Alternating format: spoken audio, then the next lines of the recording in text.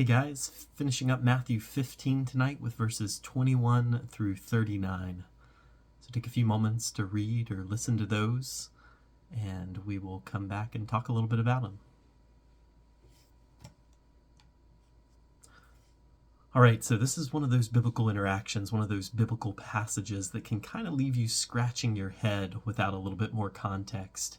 And this is where having good resources and knowing where to go to find questions or answers to your questions about the Bible is really great.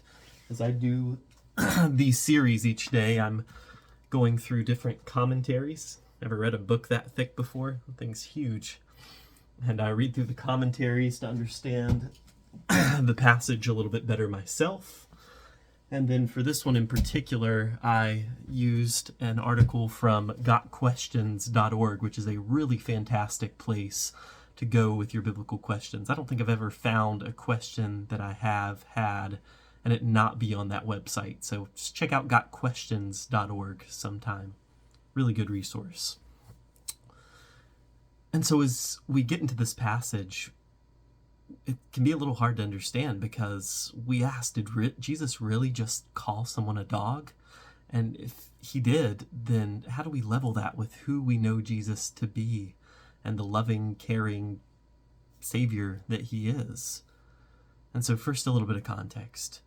So as we've already seen in the book of Matthew, it was back in chapter 10 or 11, Jesus affirms that his ministry is first and foremost to the Jewish people. This is to fulfill the prophecies of the Old Testament, and this is to fulfill God's covenant promise to Israel, to the Jewish people, that salvation would come to them first, in turn that God could bless the rest of the world through Israel. However, chapter 15 kind of serves as a transition point in Matthew's narrative of Jesus' ministry. And this is the point where Jesus' ministry progressively becomes more about the Gentiles and more Gentile focused. And at this point, Jesus has almost exclusively taught in Jewish towns and in Jewish regions. And he worked all of his miracles there, and he traveled throughout these places, focusing pretty much solely on the Jews. However, the Jewish religious leaders have already turned against him. At this point, the Roman government is beginning to turn against him and the cause at this point because they beheaded John the Baptist.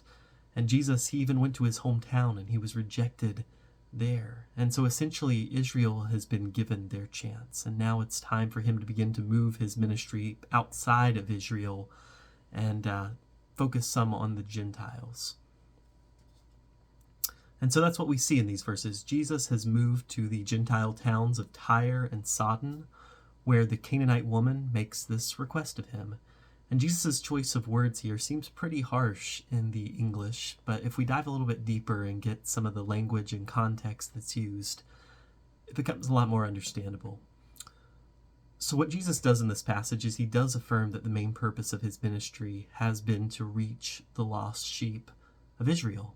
However, the woman is persistent. She doesn't just say, oh, okay, well, I'm not Israel, I guess I'll go home. She knows Jesus is Lord.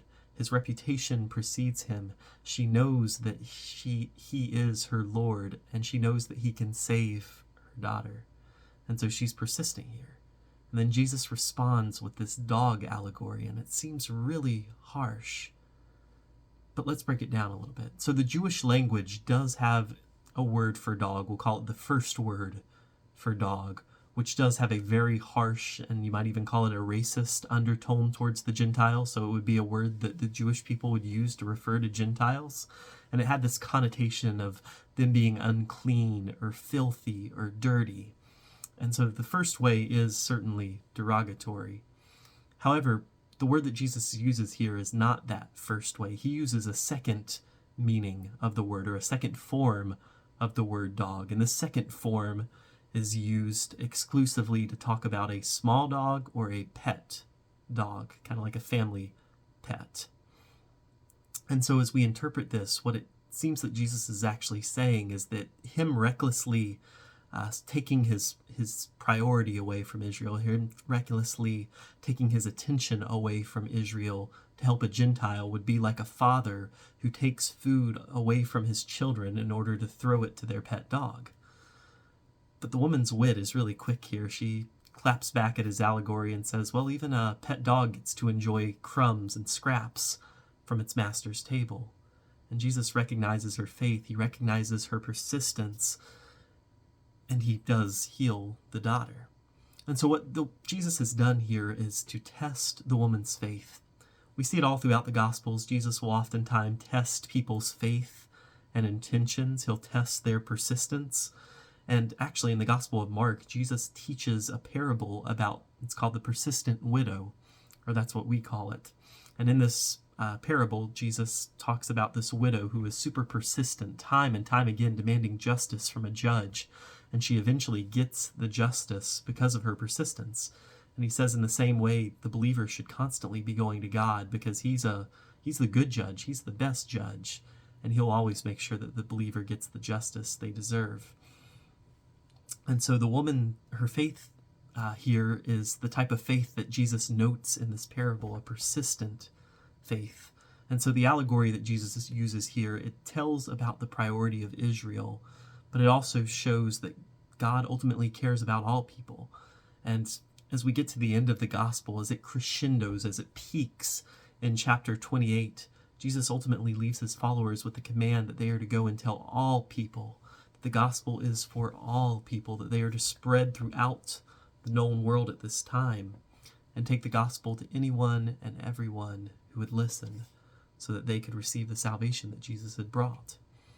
And so in that last chunk of verses that we see, Jesus is once again feeding a large crowd, but whereas the last time it was a crowd of Jewish people, this time it's a crowd of Gentile people.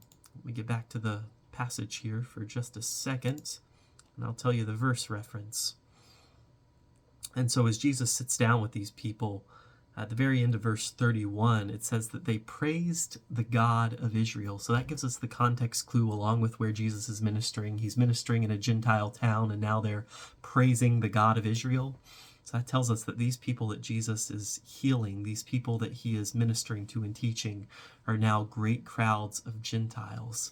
And so just like how Jesus had taught and healed and loved a crowd of 10,000 Jewish people, now he's loved a massive crowd of Gentile people too. And so that's his shift. The gospel is now going to be for all people. And from here forward, Jesus is going to start predicting his death, and he's going to start moving towards Jerusalem. So unfortunately, the gospel begins to take a little bit of a sad turn after this, but we know how the story ends, and we know it doesn't stay sad for long.